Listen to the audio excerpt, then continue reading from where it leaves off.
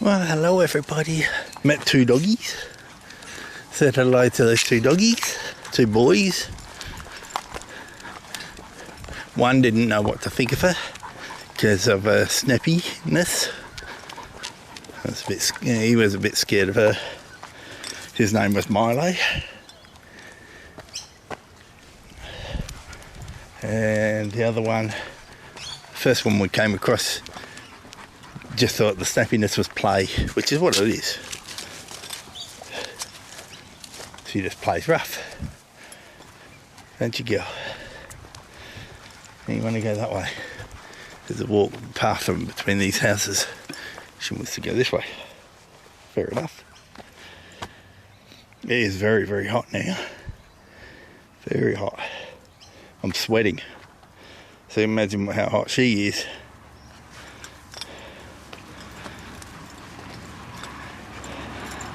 Oh, hot dog. I did mention last week about the cats living in the drains. They don't do that here, but that was in Brisbane. And I think it might have been taken wrong a couple of times. One of the comments was that want to know, do something, and the cats will get stuck in the drains.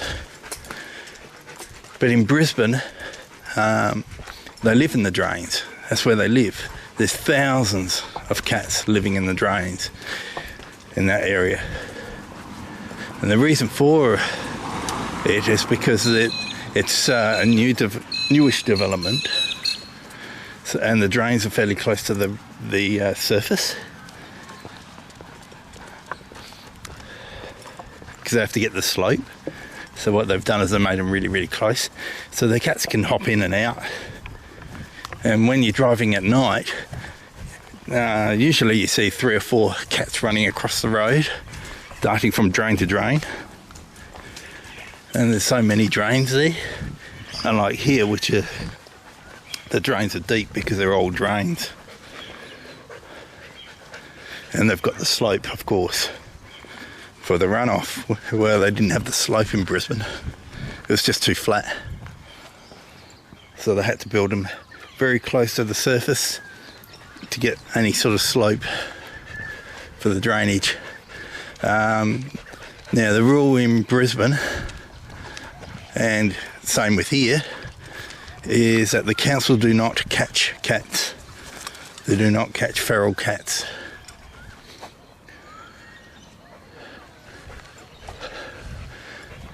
Because I found that out recently when I got attacked by a cat. Yeah, so what it is, it's up to the residents. The residents have to hire either trappers or hire the cages, so the traps. So they do have traps for rent with the council, and they're $150 a week. Well, for 4 days. For 4 days, it's $150.